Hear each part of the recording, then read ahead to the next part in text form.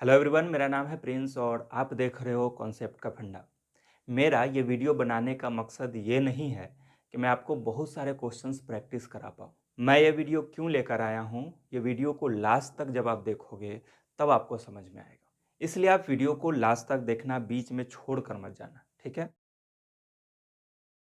तो आपके पास ये क्वेश्चन है, ज़रा वीडियो को पॉज़ करके बना कर देखो कि आपसे बन रहा है कि नहीं बन रहा। फिर मैं आपको कुछ बातें समझाऊँगा, फिर देखना यही क्वेश्चन आपको कितना ज़्यादा आसान लगने लगेगा। ठीक है? एक बार बना कर देखो आप। आई होप आप लोगों ने कोशिश किया होगा। ठीक है? जिनसे बन गया बहुत अच्छी बात है, जिनसे नहीं बना वो 2 मिनट इस बात को सुन लो, फिर देखना वो क्वेश्चन कितना ज़्यादा आसान लगने लगेगा।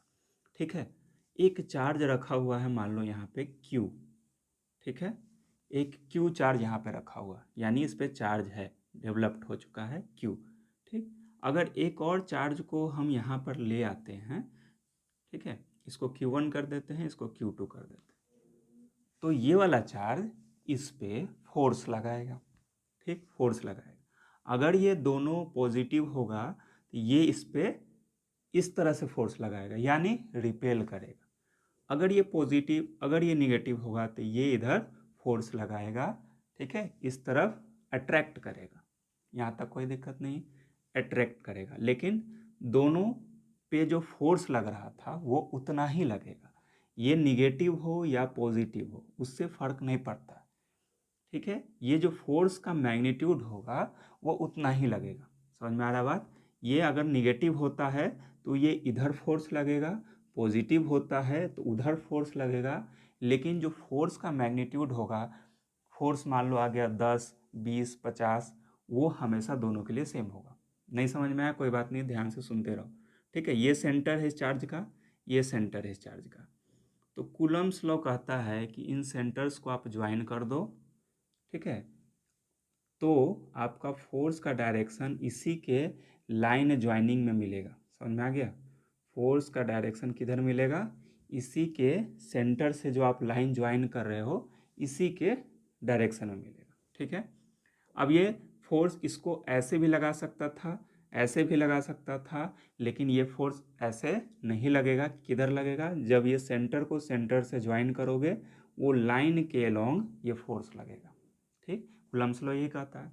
तो इस पर फोर्स लगेगा, तो उन्होंने कहा कि इस पर फोर्स जो लगेगा वो कितना लगेगा? के Q1 Q2 by R square. इसके बीच का डिस्टेंस होता है r। ठीक है, इतना फोर्स लगेगा। समझ में आ गया बात? ये इस पर कितना फोर्स लगाएगा? इतना फोर्स लगाएगा। अगर ये निगेटिव होगा फिर भी इतना ही, पॉजिटिव होगा फिर भी इतना ही, बस इसका डायरेक्शन चेंज हो जाएगा। यहाँ तक कोई दिक्कत नहीं है। चलो, अब बात आती है कि ये पहला वाला चार्ज इस पर फोर्स लगा रहा है F। ठीक है, F1 मान लेते हैं इसको, F1 फोर्स लगा रहा है। किस पे लग रहा है? 2 पे लग रहा है, तो F12 ऐसे लिखो या F1 रहने देते हैं। ठीक है, एक और चार्ज आ गया Q3। अब हमको ये बताओ आप, ये इस पे फोर्स लगाएगा कि नहीं लगाएगा? लगाएगा। चार्ज है तो दूसरे चार्ज पे फोर्स लगाएगा ही लगाएगा। ठीक है, ये तो 100% श्योर है कि ये चार्ज इस पे फोर्स लगाएगा। ठीक है, लेकिन कहाँ पे लगाएगा? ऐसे, ऐसे, ऐसे, किधर फोर्स लगेगा? तो हमने क्या बोला कि आप इसके इसके सेंटर को ज्वाइन कर दो। ठीक है, ये फोर्स इसी के सेंटर के अलोंग लगेगा। समझ में आ रहा बात? ये फोर्स, ये वाला चार्ज इस पे फोर्स तो लगाएगा, लेकिन किधर लगाएगा? इसके अलोंग लगाएगा। ठीक है, इसको हम लोग F3 मान लेते हैं। समझ में आ रहा है? तो अब आप एक बात बताओ मुझे कि ये जो इस पे फोर्स लगा रहा था F1, क्या ये चेंज हो गया इसके आने की वजह से? नहीं चेंज होगा। ठीक है, ये वाला चार्ज जो इस पे फोर्स लगा रहा था F1, ये वाला फोर्स जो पहले से लग रहा था, ये चार्ज नहीं आया था, उस वक्त से जो फोर्स लग रहा था वो उतना ही लगेगा। वो वाले फोर्स में कोई चेंज नहीं आएगा। यही बात मैं आपको समझाना चाहता हूँ। एक और चार्ज आ गया। ठीक है, अब ये भी एक फोर्स लगाएगा। किधर लगाएगा? तो आप इसके सेंटर को ज्वाइन कर दो, इधर फोर्स लगाएगा। ठीक, समझ में आ गया? तो फिर से नेट फोर्स इस पे चेंज हो जाएगा। जो पहले ये दोनों मिलके लगा रहा था अब वो फिर से चेंज हो जाएगा। लेकिन क्या ये वाला फोर्स जो इस पे लग रहा था, ये वाला चार्ज जो इस पे लगा रहा था अकेला, वो फोर्स चेंज होगा क्या? तो वो फोर्स नहीं चेंज होगा। समझ में आ रहा है? क्या चेंज हो रहा है? तो ये वाले चार्ज पे जो नेट फोर्स लग रहा है वो चेंज हो रहा है, लेकिन पहले से जो फोर्स लगा रहा था जो चार्ज, वो फोर्स चेंज नहीं होता है। ठीक है, समझ में आ गया? एक और चार्ज आ गया, ये फोर्स किधर लगाएगा? तो ये लाइन ज्वाइन कर दो, इधर लगाएगा। नेट फोर्स चेंज हो गया फिर से, लेकिन ये वाला जो इस पे फोर्स लगा रहा था वो चेंज नहीं करेगा, ये वाला जो इस पे फोर्स लगा रहा था वो चेंज नहीं करेगा। क्लियर है बात? यहाँ तक समझ में आ गया? अब हम लोग क्वेश्चन पे आते हैं। ठीक है, यही क्वेश्चन था आपके पास। एक बार फिर से आप क्वेश्चन को पढ़िए। क्या कह रहा है कि एक पार्टिकल हैविंग चार्ज Q1, एक पार्टिकल के पास चार्ज कितना है? Q1 है। ठीक, वह एग्जर्ट कर रहा है फोर्स F। ठीक है, कितना फोर्स एग्जर्ट कर रहा है? F। कहाँ पे? Q2 पे। एक चार्ज Q2 रखा हुआ है यहाँ पे, और ये वाला Q1 चार्ज इस पे फोर्स कितना लगा रहा है? Q2। ठीक है, ऐसे लगा रहा होगा, लाइन ज्वाइनिंग बताएं अभी कि ये इसके लाइन ज्वाइनिंग में फोर्स लगाता है। ठीक है, फिर से पढ़ो। एक पार्टिकल के पास चार्ज Q1 है, वो F फोर्स लगा रहा है Q2 पे। ये वाला चार्ज इस पे F फोर्स लगा रहा है Q2 पे। ठीक है, यहाँ तक कोई दिक्कत नहीं। चलिए, अगर if A particle having charge Q/4, Q1/4, इस चार्ज का 1/4 यानी 4 से डिवाइड करने पे जो चार्ज आएगा उसको हम लोग यहाँ बीच में रख रहे हैं, Q1/4। ठीक, तीसरा चार्ज, ये चार्ज पहले से रखा हुआ है, ये इस पे फोर्स लगा रहा है F।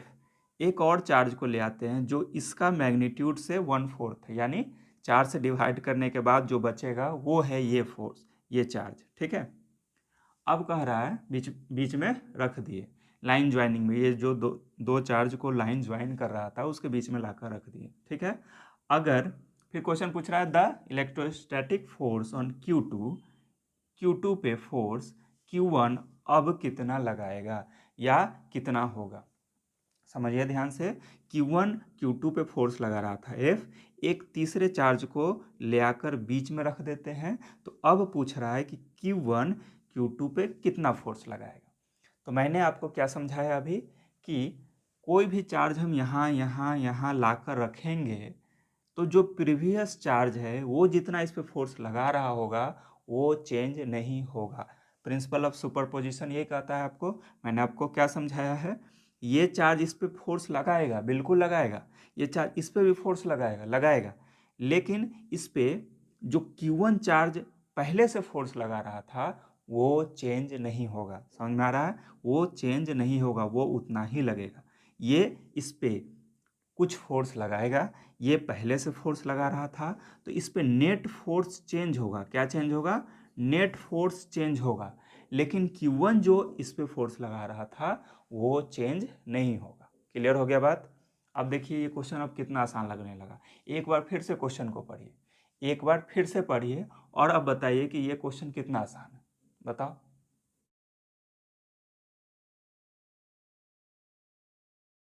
अब जिनसे ये क्वेश्चन नहीं बना वो ध्यान से देखना।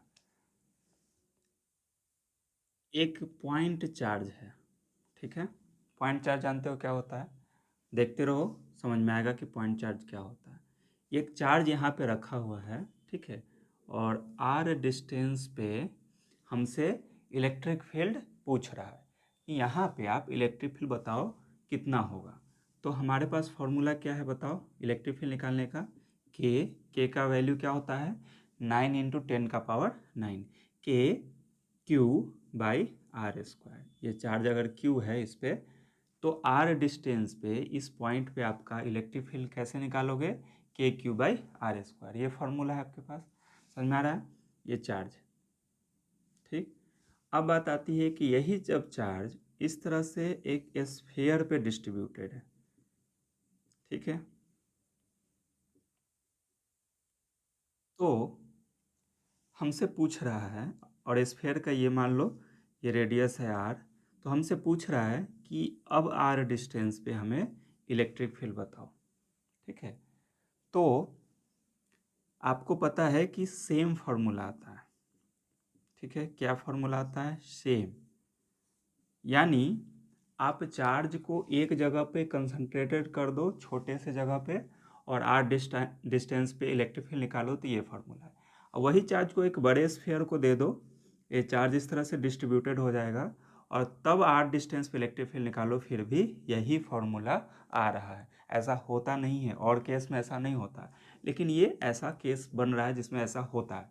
क्या होता है, ये देखो, ये एक स्फेरिकल कंडक्टर होगा, इसको चार्ज जब दोगे तो ये चार्ज को इस तरह से इक्वली डिस्ट्रीब्यूट कर देता है। ठीक है, स्फेरिकल कंडक्टर का ये खासियत होता है कि चार्ज इसको देंगे, ये चार्ज को इक्वली डिस्ट्रीब्यूट कर देगा। ठीक, ये चार्ज इसके सरफेस पे, देखो ये स्फेरिकल है और हॉलो भी है, हॉलो है, इसके अंदर कोई जगह नहीं है। ठीक है, जैसे फुटबॉल होता है ना, फुटबॉल, वैसा ये फुटबॉल जैसा है, लेकिन ये कंडक्टर है।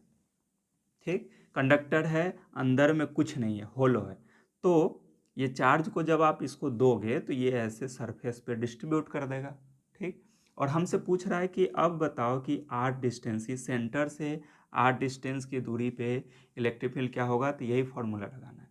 अब यही चार्ज को जब छोटे से जगह पे डिस्ट्रीब्यूट करके यहाँ पे रख दे और तब आर डिस्टेंस पे पूछे इलेक्ट्रिक फील्ड, तो सेम फॉर्मूला लगाना है। देखो यहाँ भी स्फेरिकल कंडक्टर है, ये भी स्फेरिकल कंडक्टर ही होगा, लेकिन बहुत छोटा सा होगा, इसलिए हम लोगों ने इसको पॉइंट चार्ज बोल दिया। ठीक है, क्योंकि बहुत छोटे से स्फीयर पे ये डिस्ट्रीब्यूटेड है, और बहुत लार्ज डिस्टेंस पे हम लोग कैलकुलेट कर रहे हैं, इसके कंपेरिजन में ये बहुत बड़ा है, तो हम लोगों ने इसको क्या कहा, पॉइंट चार्ज। ठीक है, इसको क्या बोला, पॉइंट चार्ज। ये पॉइंट चार्ज नहीं है। ठीक है, ये स्फेरिकल कंडक्टर है, और यहाँ से यहाँ तक इलेक्ट्रिक फील्ड पूछ रहा है हमें आर डिस्टेंस पे, तो ये फॉर्मूला लगाना है। समझ में आ गया, ये चार्ज एक जगह पे इस तरह से छोटे से जगह पे डिस्ट्रीब्यूटेड हो, या इस तरह से spherical conductor, hollow spherical conductor पे डिस्ट्रीब्यूटेड हो, तो सेम फॉर्मूला लगता है। यहाँ तक कोई दिक्कत नहीं है। चलो, अब बात आती है कि जब हम इस डिस्टेंस को ऐसे घटाते हुए सरफेस पे ले आते हैं, ठीक है, क्या किए, ये आर डिस्टेंस जो वहाँ था उसको घटाकर कहाँ पे ले आए, सरफेस पे ले आए। यानी ये आर, मेरा स्मॉल आर जो है वो कैपिटल आर के बराबर हो गया, तो यहाँ पे इलेक्ट्रिक फील्ड क्या हो जाएगा, बोलो, ये आर के जगह पे ये आर लिखोगे। ठीक, कोई दिक्कत नहीं यहाँ तक। अब इस आर को देखो, यहाँ पे क्या था, इस केस में आर जो था स्मॉल आर कैपिटल आर के बराबर था। अब हम इसके और अंदर ले जा रहे हैं। ठीक है, ऐसे, ये भी क्या है, स्मॉल आर ही है, लेकिन इस केस में अब ये आर छोटा हो गया इससे, नहीं, ये वाला स्मॉल आर जो हो गया वो कैपिटल आर से छोटा हो गया। अब बताओ इलेक्ट्रिक फील्ड क्या होगा, ध्यान से सुनो।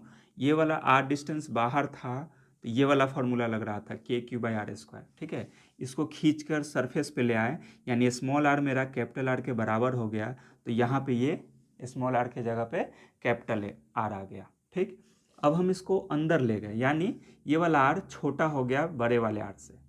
अब बताओ इलेक्ट्रिक फील्ड का फॉर्मूला क्या होगा, तो बहुत सारे बच्चे बोलेंगे कि यहाँ पे आर कर दीजिए, यहाँ पे आर कर दीजिए। नहीं, यहाँ पे अंदर चला गया, अंदर जब आ गया तो यहाँ पे चार्ज तो है नहीं, चार्ज तो है नहीं, तो क्या होगा, इलेक्ट्रिक फील्ड अंदर में क्या हो जाएगा, जीरो हो जाएगा। इसके अंदर में इलेक्ट्रिक फील्ड जीरो हो जाएगा। समझ में आ गया बात, क्या यहाँ पे जीरो होगा, यहाँ जीरो होगा, कहाँ जीरो होगा, सारे जगह पे जीरो होगा। अंदर में स्फेरिकल होलो कंडक्टर के अंदर में कोई चार्ज नहीं है, तो इलेक्ट्रिक फील्ड भी जीरो होता है, इतना याद रख लो। क्या होता है, स्फेरिकल कंडक्टर के अंदर में इलेक्ट्रिक फील्ड नहीं होता है, इलेक्ट्रिक फील्ड जीरो होता है।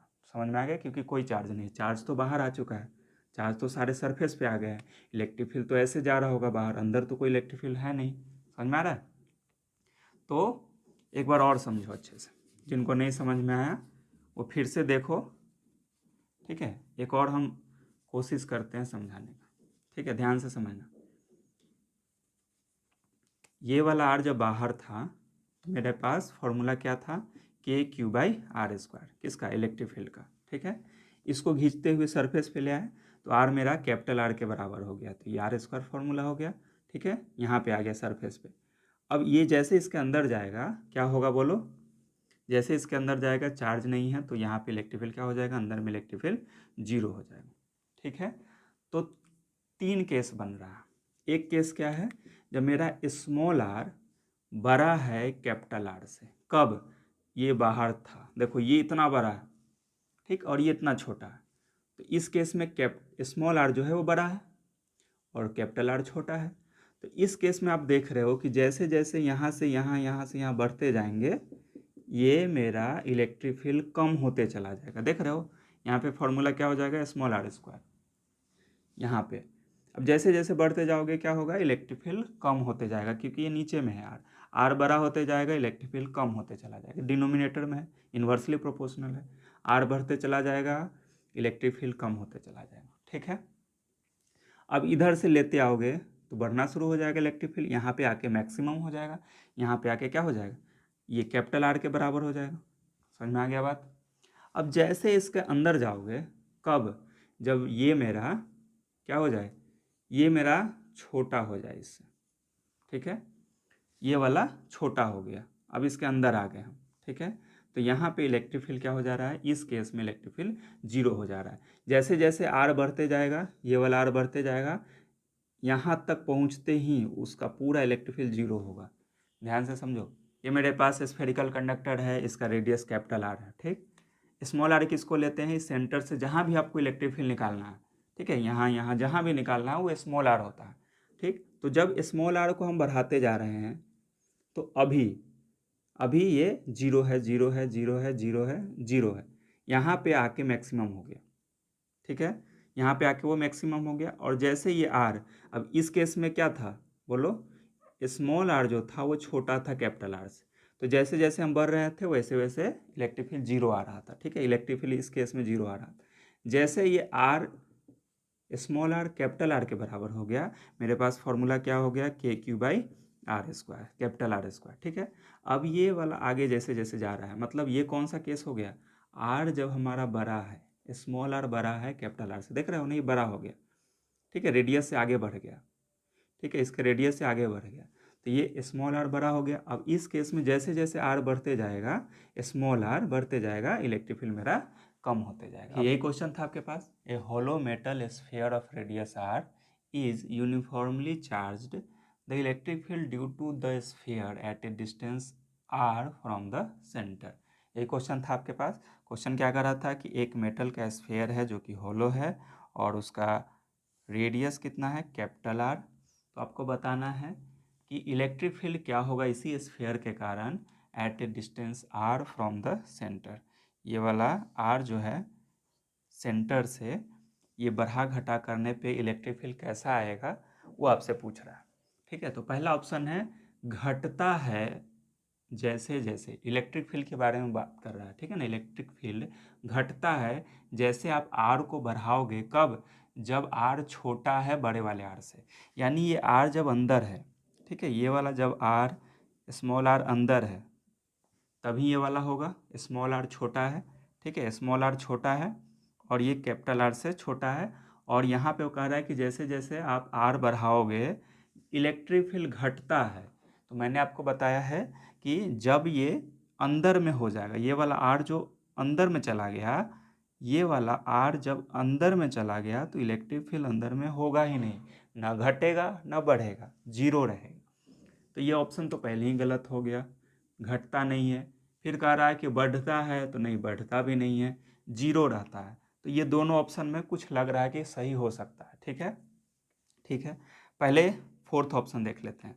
जीरो होगा जैसे जैसे आप आर को बढ़ाओगे, ये वाला तो ठीक लग रहा है कि जीरो होगा किस केस में, जब आर हमारे पास स्मॉल आर छोटा है कैपिटल आर से, ठीक है ना, इस केस में क्या हो रहा है, स्मॉल आर जो है वो छोटा है कैपिटल आर से, ठीक है, ये वाला केस। तो इस केस में इलेक्ट्रिक फील्ड जीरो होगा, ठीक है, यहाँ तक बोल रहा है।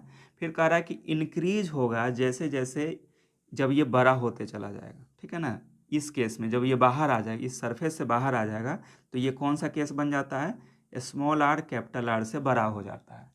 इस वक्त यहाँ पे स्मॉल आर कैपिटल आर के बराबर है, बाहर जैसे ही जाएगा ये वाला हो जाएगा, स्मॉल आर बड़ा हो जाएगा कैपिटल आर से, ठीक है, ये वाला बड़ा होगा। तो जैसे जैसे कह रहा है फोर्थ ऑप्शन की, जैसे जैसे ये आर बढ़ता चला जाएगा, कब, इस वक्त, तो क्या होगा, इलेक्ट्रिक फील्ड मेरा बढ़ते चला जाएगा। तो नहीं, इलेक्ट्रिक फील्ड घटते चला जाता है ना, मैंने आपको क्या बताया कि यहाँ तक तो जीरो होता है, यहाँ पे मैक्सिमम होगा और फिर ये घटते चला जाता है, ठीक है, जैसे जैसे आर बढ़ाओगे घटते चला जाएगा।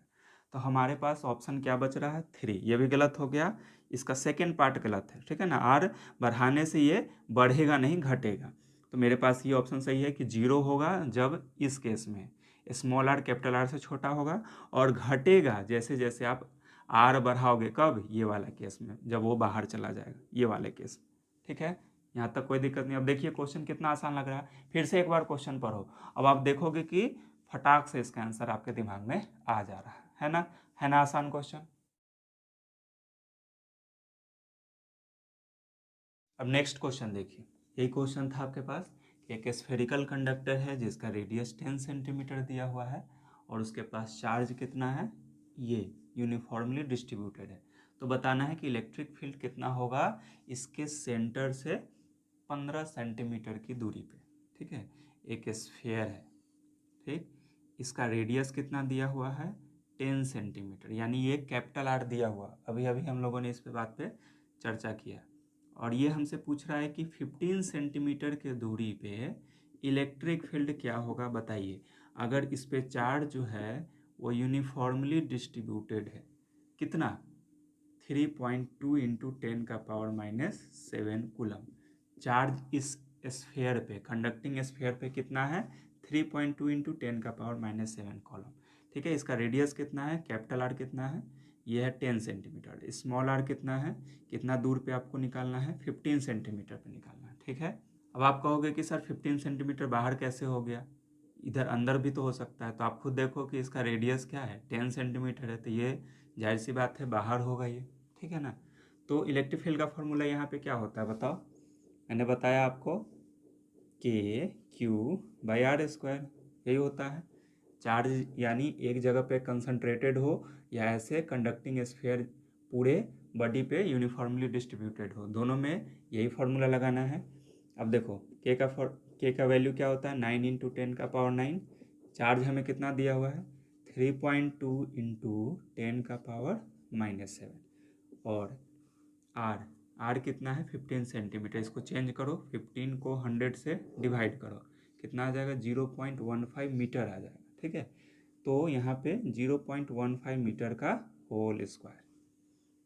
अब इसको सॉल्व कर लेना है, आपके पास आंसर आ जाएगा। ठीक है, क्या करोगे, ये 9 को 3.2 से गुना करोगे। कैसे करोगे, ये देखो 3.2 को 9 से ऐसे गुना करोगे, 28.8। ठीक है, 28.8 इंटू 10 का पावर 9, 10 का पावर -7, कितना हो जाएगा बोलो, 10 का पावर 2। 9 में से पावर घट जाएगा, ठीक, डिवाइडेड बाई 0.15 है, 15 है, इसका स्क्वायर करोगे तो कितना आ जाएगा, 0.15 इंटू 0.15 कितना आ जाएगा बोलो, 0.0225। ठीक है, 15 का स्क्वायर किए और 4 डेसिमल इधर पीछे आ जाएगा। ठीक है, 4 डिजिट डेसिमल पीछे आ जाएगा, तो क्या हो गया बोलो, 0.0225। अब इसको सॉल्व करना है, कैसे करोगे बोलो, डेसिमल हटा दो सबका। देखो 28.8 है, तो इसका डेसिमल जब हटाएंगे तो 10 का पावर 2 है, यहाँ पे 10 का पावर -1 आ गया। ये वाला डेसिमल हटाने की वजह से यहाँ पे 10 का पावर -1 आ गया। ठीक है, फिर नीचे क्या है, 225, यहाँ से कितना हटेगा बोलो, 10 का पावर -4। डेसिमल के बाद 4 डिजिट है, तो यहाँ पे 10 का पावर -4। ठीक है, अब ये देखो क्या होगा बोलो, 288 बाई 225, ठीक, इंटू ये 2 में से एक घटेगा, 1 बचा, और ये 4 ऊपर जाके पॉजिटिव हो जाएगा, यानी 10 का पावर 5 यहाँ पे बचने वाला है। ठीक है, ये समझ में आ गया। 2 है, यहाँ -1 है, पावर को ऐड करोगे तो -2 में से -1 घटेगा तो 1 आएगा। ठीक है, यहाँ पे 1 आया, और ये माइनस ऊपर जाके पॉजिटिव हो जाता है तो ऐड हो जाएगा, 10 का पावर 5 आ जाएगा। ठीक है, अब इसको डिवाइड करोगे तो 1.28 आ जाएगा, क्योंकि ऑप्शन में आपके पास सारे 1.28 दिए हुए हैं, इंटू 10 का पावर 5 न्यूटन पर कूलम। ये हो गया इलेक्ट्रिक फील्ड। समझ में आ गया बात। चार्ज एक स्फीयर पे यूनिफॉर्मली डिस्ट्रीब्यूटेड था। ठीक है, कितना था, ये हमसे पूछ रहा है कि अगर इसका रेडियस 10 सेंटीमीटर है तो आर डिस्टेंस 15 सेंटीमीटर पे इलेक्ट्रिक फील्ड क्या होगा बताइए। बहुत सारे बच्चे क्या करते हैं, ये वाला 15 ना डाल के ये 10 यहाँ पे डाल देते हैं, तो हमसे पूछ रहा है कि इस सेंटर से 15 सेंटीमीटर पे आपको इलेक्ट्रिक फील्ड निकालना है। तो ये यहाँ पे 15 सेंटीमीटर आएगा, ना कि 10। ये रेडियस है, ठीक है ना। ये वाला स्फीयर का रेडियस है जिसका यहाँ पे कोई काम नहीं, ठीक है। स्मॉल आर का काम है यहाँ पे, यहाँ से कहाँ पे आपको निकालना है, ठीक है। वही होता है स्मॉल आर, ठीक। तो ये सेंटीमीटर में था तो 100 से डिवाइड कर दिए, मीटर में आ गया, ठीक है। और यहाँ पे वैल्यू पुट कर दिए, ये हमारे पास आंसर आ गया, ठीक है। तो कौन सा ऑप्शन सही होगा, ये वाला 1 नंबर, ठीक है।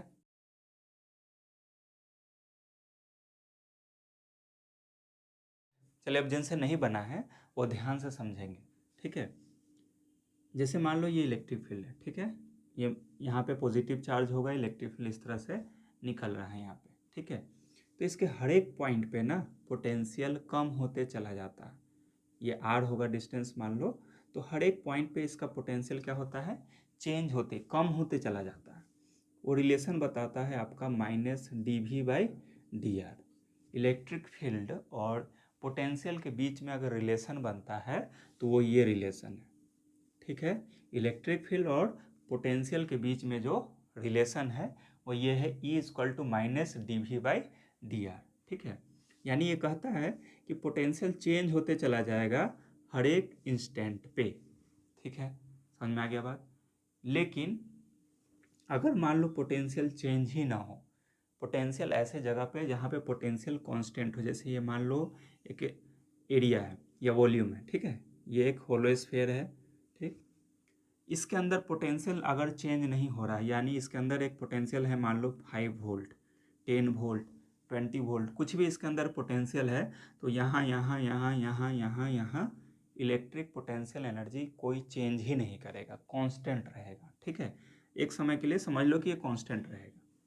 तो अगर कांस्टेंट रहेगा तो बताओ, मैंने ये जो बताया आपको कि इलेक्ट्रिक पोटेंशियल एनर्जी यहाँ पे कम होते चला जाता है, dV/dr इलेक्ट्रिक फील्ड के बराबर होता है, तो क्या ये वाला चीज़ यहाँ पे लागू हो रहा है, यहाँ पे तो v कांस्टेंट है। तो v कांस्टेंट है तो इसका जब dV/dr निकालोगे, यानी यहाँ पे एक कांस्टेंट टर्म डालोगे, तो वो तो चेंज नहीं होगा, r के रिस्पेक्ट में वो चेंज नहीं होगा, तो ये पूरा वैल्यू क्या हो जाएगा, जीरो हो जाएगा। यानी यहाँ पे इलेक्ट्रिक फील्ड क्या हो जाएगा, जीरो हो जाएगा। समझने की कोशिश करना ध्यान से एक बार और। स्फेरिकल कंडक्टर होलो में क्या होता है कि चार्ज जब आप इसको दोगे ना तो इसके सरफेस पे डिस्ट्रीब्यूट हो जाएगा, ठीक है। लेकिन अंदर में कोई चार्ज नहीं रहेगा, तो अंदर में इलेक्ट्रिक फील्ड जीरो होता है। लेकिन इलेक्ट्रिक पोटेंशियल क्या होता है, भी आपका कांस्टेंट होता है, और इलेक्ट्रिक फील्ड क्या होता है, जीरो होता है, ठीक है। इलेक्ट्रिक फील्ड जीरो होगा और भी आपका कांस्टेंट रहता है। समझ में आ गया। तो वो यहाँ से भी पता चल रहा है, यहाँ से भी पता चल रहा है कैसे, ठीक है। ई का रिलेशन पोटेंशियल के साथ क्या होता है, E = -dV/dr होता है। अब जब पोटेंशियल यहाँ पे सेम होगा तो आर के रिस्पेक्ट में चेंज नहीं होगा, यानी उसका डिफ्रेंसिएशन नहीं हो पाएगा। कांस्टेंट का डिफ्रेंसिएशन जीरो होता है, समझ में आ रहा है। तो यहाँ पे जब हम कांस्टेंट डालेंगे, कोई भी कांस्टेंट टर्म डालेंगे यहाँ पे, तो ये पूरा टर्म क्या हो जाएगा, जीरो हो जाएगा। समझ में आया। ये डिफ्रेंसिएशन है एक तरह से, कांस्टेंट का डिफ्रेंसिएशन आपने पढ़ा होगा, ठीक है। क्या होता है, जीरो होता है, एक्स के रिस्पेक्ट में या वाई के रिस्पेक्ट में कोई चेंज नहीं हो रहा है, क्योंकि ये कांस्टेंट है तो ये जीरो हो जाए। यहाँ भी ये पोटेंशियल यहाँ पे अंदर में कांस्टेंट होता है, यहाँ यहाँ यहाँ सारे जगह पे पोटेंशियल कांस्टेंट होता है, तो इलेक्ट्रिक फील्ड भी जीरो होगा। ये हम लोगों ने अभी अभी पहले पढ़ा है, ठीक है ना। थोड़ी देर पहले हम लोगों ने देखा है कि इलेक्ट्रिक फील्ड अंदर में जीरो होता है क्योंकि कोई चार्ज नहीं है। यहाँ से भी वो प्रूफ हो रहा है कि अंदर में इलेक्ट्रिक फील्ड जीरो है। क्या कांस्टेंट है, पोटेंशियल कांस्टेंट, ठीक है। समझ में आ गया। अब क्वेश्चन पे आते हैं। देखिए ये क्वेश्चन था आपके पास, in a certain region of space with volume 0.2 metre cube, electric potential जो है वो 5 वोल्ट है उस थ्रू आउट। तो मैग्नीट्यूड बताना है आपको इलेक्ट्रिक फील्ड का उस रीजन में। तो मैंने आपको क्या बताया अभी कि जहाँ भी इलेक्ट्रिक पोटेंशियल कांस्टेंट हुआ वहाँ पे आप ये वाला वैल्यू को क्या कहोगे, ये कांस्टेंट है। जब ये कांस्टेंट है तो इसका डिफरेंशिएशन क्या होता है, जीरो होता है, तो यहाँ पे इलेक्ट्रिक फील्ड भी जीरो हो जाएगा। आसान है ना क्वेश्चन। तो आप कहोगे कि सर ये तो आपने स्फेरिकल कंडक्टर के बारे में बताया कि वहाँ पे कांस्टेंट होता है और उसका इलेक्ट्रिक फील्ड जीरो होता है। यहाँ पे कहीं पे भी स्फेयर नहीं लिखा हुआ है, तो क्या ये यहाँ पे ये नहीं लगा सकते हैं? तो ऐसा नहीं है, जहाँ भी वॉल्यूम क्या हो गया, कांस्टेंट हो गया, ये कोई ज़रूरी नहीं है कि आप ये स्फीयर में ही लगाओ, ठीक है ना, ये हर जगह लगेगा। जहाँ भी इलेक्ट्रिक फील्ड और पोटेंशियल की बात होगी वहाँ पे ये चीज़ लगेगा, formula E equal to minus dV/dr।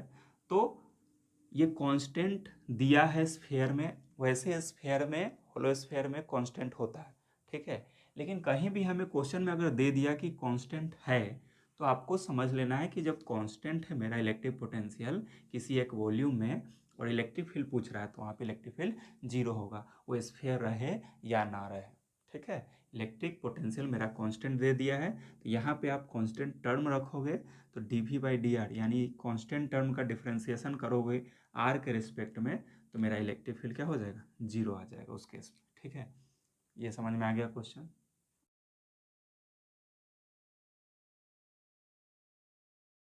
अब ये क्वेश्चन जिनसे नहीं बना वो समझ लीजिए, क्या है इसमें कि एक रेसिस्टेंस होता है, ठीक है, जिसको हम लोग आर से डिनोट कर रहे हैं।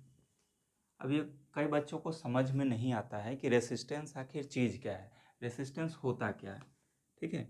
जैसे एक वायर है, ठीक है, एक वायर, पतला सा वायर होता है, ऐसा देखे होगे आप अपने घरों में, ये वायर होता है, इसको मैंने मैग्नीफाई कर दिया है, एकदम जूम कर दिया, तो इस तरह से होता है। इसका ये वाला एरिया होता है, इधर से एक एरिया है, ठीक है, ये आपका क्या है, ये लेंथ है, और ये वाला इसका क्रॉस सेक्शनल एरिया इसको कहा जाता है, एरिया, ठीक है। एक वायर होता है जिसका ये वाला सरफेस एरिया हो गया इसका मोटाई, ठीक है, और ये इसका लेंथ है, ठीक है।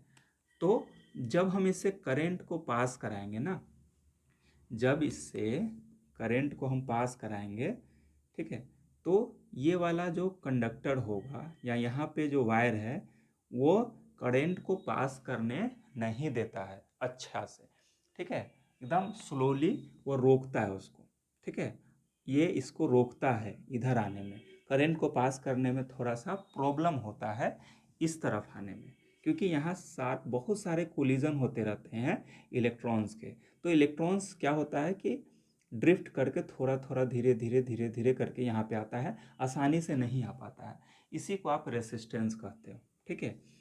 तो रेसिस्टेंस जो होता है ना, रेसिस्टेंस यानी रुकावट पैदा करने वाला, ठीक है, यहाँ पे ये रेसिस्टेंस जो होता है वो लेंथ पे डिपेंड करता है, डायरेक्टली प्रोपोर्शनल होता है लेंथ पे, ठीक है। लेंथ अगर इतना लंबा कर देंगे तो जो यहाँ पे उसको प्रॉब्लम हो रहा था अब इतना दूर जाने में उसको प्रॉब्लम हो रहा है, यानी प्रॉब्लम और ज़्यादा बढ़ गया, रुकावट और ज़्यादा बढ़ गया, तो लेंथ पे डायरेक्टली प्रोपोर्शनल, यानी लेंथ बढ़ा दीजिएगा रेसिस्टेंस बढ़ जाएगा।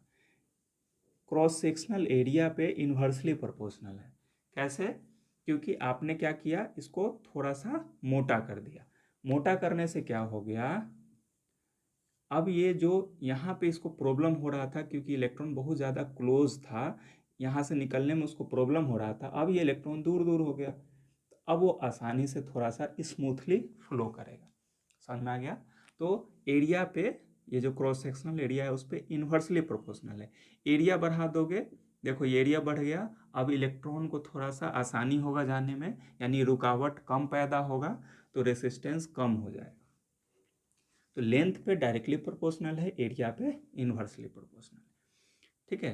तो अगर डायरेक्टली प्रोपोर्शनल हटाओगे तो एक कांस्टेंट टर्म आता है एल रो, इसको रेसिस्टिविटी कहते हैं, यानी ये मटेरियल पे डिपेंड करता है, ठीक है ना। कोई कोई मटेरियल होता है जो कि रोकता ही है, कोई कोई होता है कि अच्छे से अलाउ करता है, ये इसके बारे में हम लोग बाद में जिक्र करेंगे, ठीक है। तो रेसिस्टेंस आपका रो पे डिपेंड करता है, यानी मटेरियल पे डिपेंड करता है, ठीक है, लेंथ पे डिपेंड करता है और एरिया पे डिपेंड करता है, यहाँ तक कोई दिक्कत नहीं। रेसिस्टेंस किस पे डिपेंड करता है, रो पे डिपेंड करता है, लेंथ पे और एरिया पे। अगर किसी का मटेरियल सेम है, लेंथ सेम है, एरिया सेम है, तो वो दोनों का रेसिस्टेंस भी सेम होगा, ठीक है। एक वायर है मान लो कॉपर का, इसका लेंथ 5 मीटर है, एरिया इसका 0.1 mm² है, ठीक है, कुछ भी एरिया है और इसका लेंथ है, कॉपर का है और लेंथ भी सेम है, एरिया भी सेम है, तो क्या बताओ कि इसका जो रेसिस्टेंस होगा उसका भी यही रेसिस्टेंस होगा, इसका रेसिस्टेंस इक्वल हो जाएगा, समझ में आ गया ना। लेंथ सेम है, एरिया सेम है और सेम मटेरियल का है, तो रेसिस्टेंस भी सेम हो जाएगा, समझ में आ गया। अगर यही अब ये दोनों कॉपर का है, यही लेंथ और यही एरिया अगर हम आयरन का ले ले या एल्युमिनियम का ले ले तो चेंज हो जाएगा रेसिस्टेंस, चेंज हो जाएगा रेसिस्टेंस, क्योंकि वहाँ पे ये रेसिस्टिविटी चेंज हो जाएगा। समझ में आ रहा है ना? सेम मटेरियल का लेंथ भी सेम हो, एरिया भी सेम हो, तो रेसिस्टेंस सेम होता है। ठीक, मटेरियल चेंज कर दोगे, लेंथ वही रहने दो, एरिया वही रहने दो, सिर्फ मटेरियल चेंज कर दो। ये कॉपर का है, आप एल्युमिनियम ले लो, रेसिस्टेंस चेंज हो जाएगा। समझ में आ गया बात? क्योंकि वो रेसिस्टिविटी उस पर डिपेंड करता है। यहाँ तक कोई दिक्कत नहीं है। तो ये जो वायर है ना, इसको आपने मैग्नीफाई करके यहाँ पे लगाया। अब ये वायर ऐसे भी है, ये वायर ऐसे है, ठीक है। मैंने आपको इतना दूर का मैग्नीफाई करके बताया था, ठीक है, इस तरह से। अब मैंने इसको सिंपल बना दिया। कहीं कहीं पे ऐसा नहीं लिखा होगा, कहीं कहीं पे इसको ऐसे कर देगा। यहाँ पे कुछ भी हो सकता है, बल्ब है, फैन है, कोई वायर है, तो इसका रेसिस्टेंस क्या होगा, तो हम लोग इसको ऐसे आर से डिनोट करते हैं। ये रेसिस्टेंस दिखाने का तरीका है, ठीक है। जैसे यहाँ पे मान लो एक रेसिस्टेंस लगा हो, दूसरा रेसिस्टेंस लगा है, ये तीसरा रेसिस्टेंस लगा है, ये मान लो ये आर है, ये आर है, R1 है, ये R2 है, ये R3 है, तीनों का अलग अलग रेसिस्टेंस है। हम चाहते हैं कि तीनों रेसिस्टेंस को मिलाकर एक रेसिस्टेंस बनाए, यानी तीनों का, ये तीनों मिल के कितना रेसिस्टेंस पैदा कर रहा है ये कैलकुलेट करें। तो कैसे करेंगे? आर इक्विवेलेंट या आर इफेक्टिव कह सकते हो, ये हो जाता है R1 plus R2 plus R3, simply add हो जाता है, ठीक है।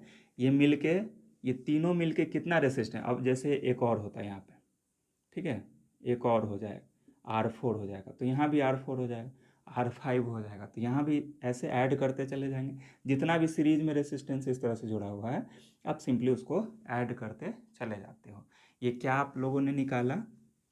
ये मैंने निकाला कि सबको मिलाकर कितना रेसिस्टेंस पैदा हो रहा है, सबको मिलाकर टोटल रेसिस्टेंस कितना पैदा हो रहा है। तो आप इस तरह से सिंपली उसको ऐड करते चले जाते हो, ठीक है। इसको कहते हैं कि सीरीज में आपने जोड़ दिया। कैसे जोड़ा रेसिस्टेंस को? सीरीज में जोड़ दिया, ठीक। अब हम मान लो इसको पैरेलल में जोड़ें, ठीक है, इसी रेसिस्टेंस को अब पैरेलल में जोड़ दें। ये R1 है, ये R2 है, ये R3 है, तो पैरेलल में ऐसे निकाला जाता है। आर इक्विवेलेंट क्या हो जाएगा? 1/R1 plus 1/R2 plus 1/R3, ठीक है, ये डैश डैश इस तरह से आप ऐड करते हो। इसका इक्विवेलेंट निकालने का तरीका ऐसे है, यानी ये जितना ज़्यादा पैरेलल में जुड़ते चले जाओगे रेसिस्टेंस उतना ही कम होते चला जाता है, और यहाँ पे जितना ज़्यादा जोड़ते चले जाओगे रेसिस्टेंस बढ़ते जाएगा। 5 3 8 5 4 3 2 ऐसे सबके ऐड करते चले जाओगे तो रेसिस्टेंस बढ़ता चला जाएगा, यानी ये सारे मिलाकर रेसिस्टेंस ज़्यादा पैदा कर रहे हैं। समझ में आ रहा बात? जितना ज़्यादा रेसिस्टेंस लगाते चले जाएंगे उतना ज़्यादा रेसिस्टेंस पैदा होगा। यहाँ पे उल्टा होता है, यहाँ पे जितना ज़्यादा लगाते चले जाओगे उतना कम रेसिस्टेंस होते जाएगा, क्योंकि ये 1/, है करके, ठीक है ना। इसको सॉल्व करना तो समझ में आएगा, ठीक है। देखो जैसे हमारे पास एक रेसिस्टेंस है, ये दूसरा रेसिस्टेंस, दो रेसिस्टेंस लेके चलते हैं या तीन रेसिस्टेंस लेके चलते हैं। इसका है मान लो 2, इसका है 3 और इसका है 5। बताओ टोटल रेसिस्टेंस, ये तीनों मिलाकर कितना रेसिस्टेंस पैदा कर रहे हैं? 5 3 8 2 10 ओम, ठीक, इतना रेसिस्टेंस पैदा हो रहा है। अब इसको जब हम लोग पैरेलल में जोड़ देंगे, इसी चीज़ को हम पैरेलल में जोड़ दे रहे हैं, ठीक है, तब देखना कितना पैदा हो रहा है। ये है 2, ये है 3, ये है 5, ठीक है।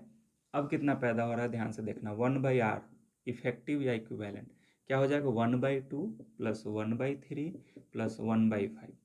मैंने आपको अभी बताया है कि 1/R1 plus 1/R2 plus 1/R3 ऐसे होता है, और होता है इसमें और ऐड करते चले जाते हैं। एलसीएम लोगे कितना आ जाएगा बोलो? 30, ठीक। यहाँ आ जाएगा 15 10 6, बोलो कितना आ गया? 15 10 25 6, 31/30। ये आर इक्विवेलेंट 1/R इक्विवेलेंट आया। आर इक्विवेलेंट कितना आ जाएगा बोलो? 30/31। देखो ये 0 पॉइंट समथिंग आएगा, ये रेसिस्टेंस इसका कम हो गया। समझ में आ रहा है? आर इक्विवेलेंट कम हो गया। यहाँ पे कितना था? 10 था, अब ये 0 पॉइंट समथिंग आ रहा है, क्योंकि ऊपर में देखो छोटा है नीचे बड़ा है। तो ऐसे पैरेलल में जोड़ने से रेसिस्टेंस कम हो जाता है। याद रखना 1/R का वैल्यू ये आया है। अगर आपसे आर इक्विवेलेंट पूछ रहा है तो उसको ऐसे ऊपर करना पड़ेगा इसको, ठीक है ना, क्योंकि ये ऊपर चला गया तो यहाँ भी ये भी ऊपर हो जाएगा, रिवर्स करना पड़ेगा, ठीक है ना, ये बात को ध्यान देना।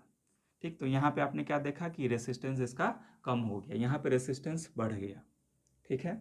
अब जैसे मान लो यहाँ पे आर होता, इसका भी रेसिस्टेंस सेम होता, इसका भी रेसिस्टेंस सेम होता, यानी तीनों का रेसिस्टेंस सेम है, तीनों का रेसिस्टेंस आर है, तो तीनों मिलके कितना बनाएगा रेसिस्टेंस बोलो, 3R ओम, ठीक, तीनों मिलके बनाएगा।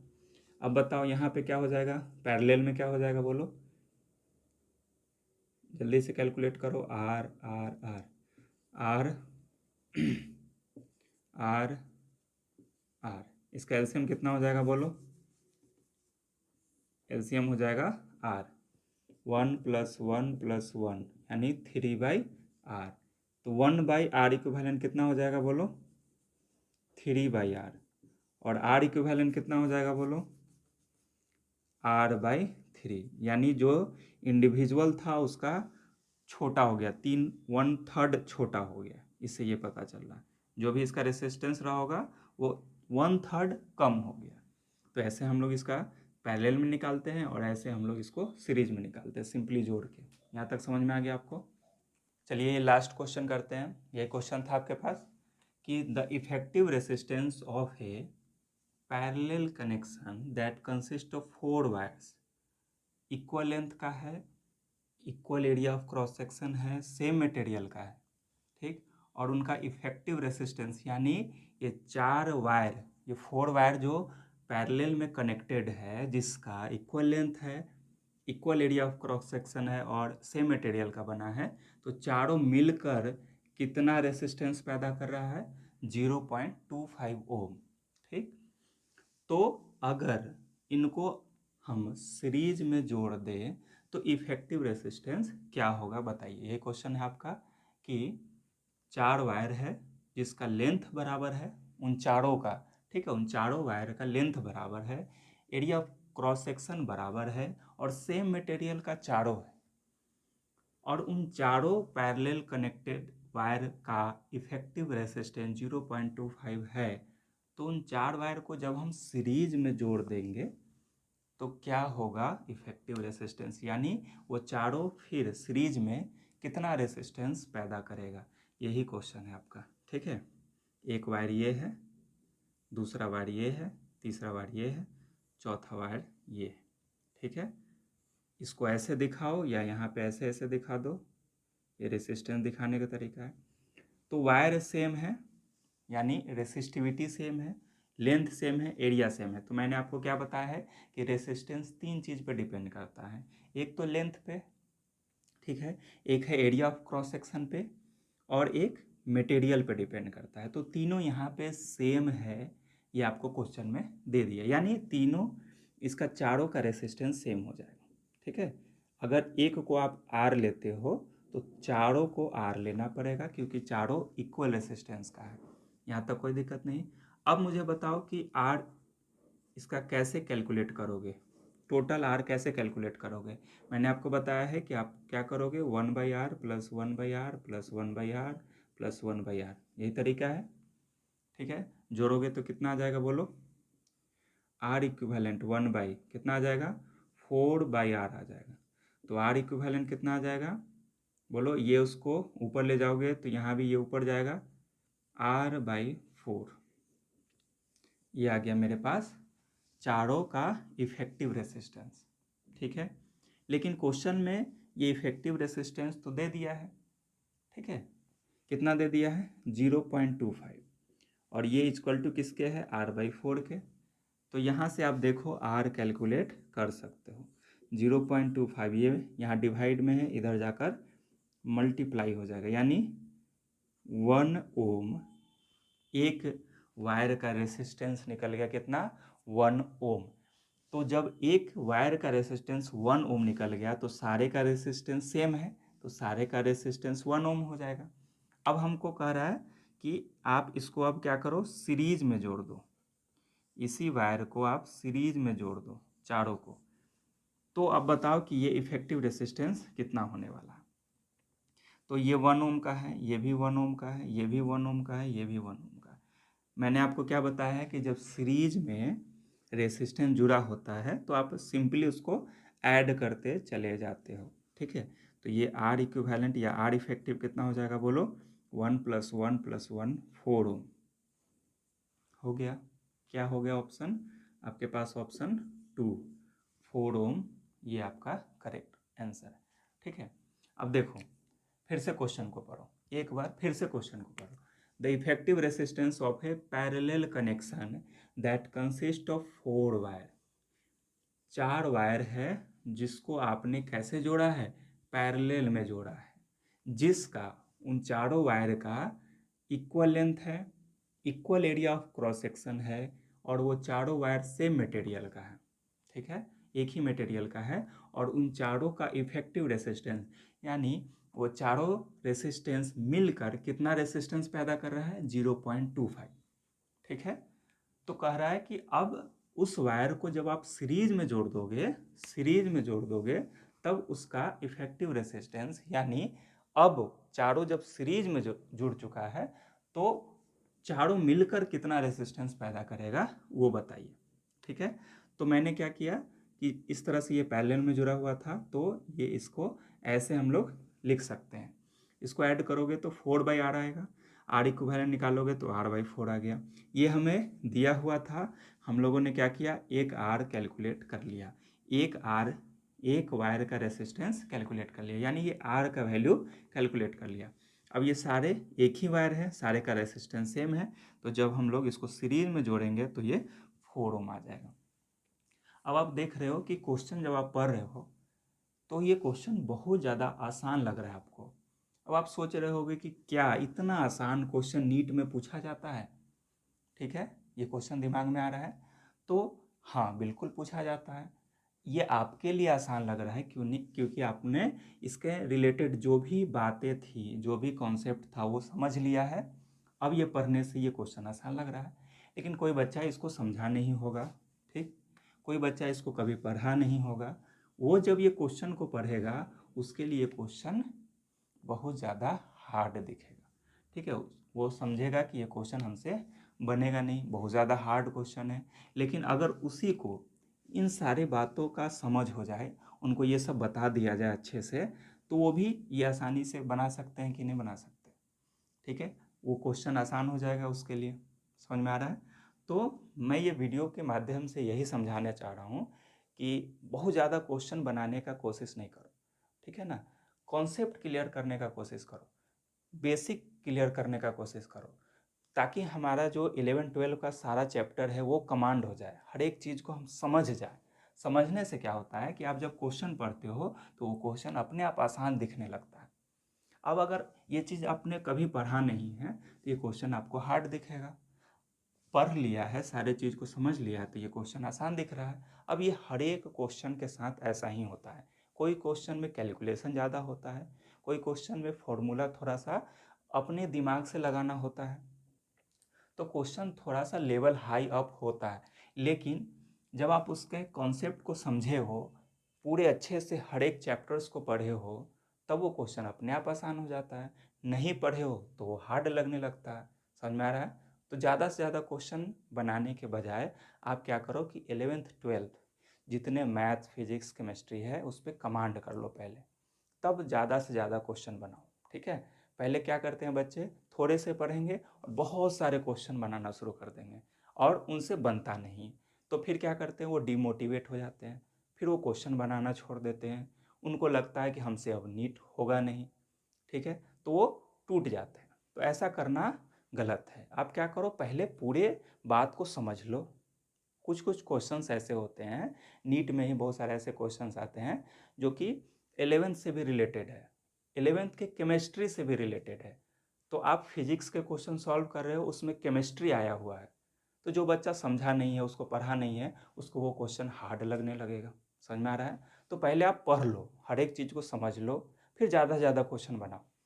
नहीं तो आप एक चैप्टर पढ़ोगे, उससे बहुत सारे क्वेश्चंस बनाओगे, या एक टॉपिक पढ़ोगे, उससे बहुत सारे क्वेश्चंस बनाओगे, तो आप नीट के क्वेश्चन, जेई मेंस के क्वेश्चन सॉल्व नहीं कर पाओगे, क्योंकि वो बहुत सारे कॉन्सेप्ट को एक साथ मिलाकर क्वेश्चन बनाया होता है। क्वेश्चन बनाने वाला ये नहीं जानता है कि आपने सिर्फ एक चैप्टर पढ़ के वो क्वेश्चन बना रहा। ठीक है, आप एक चैप्टर पढ़े और क्वेश्चंस बनाने लगोगे तो क्या होगा, वो क्वेश्चंस बहुत सारे कॉन्सेप्ट को लेकर बनाया गया है। ठीक है, 11th 12 या पीछे प्रीवियस भी उसमें यूज किया गया।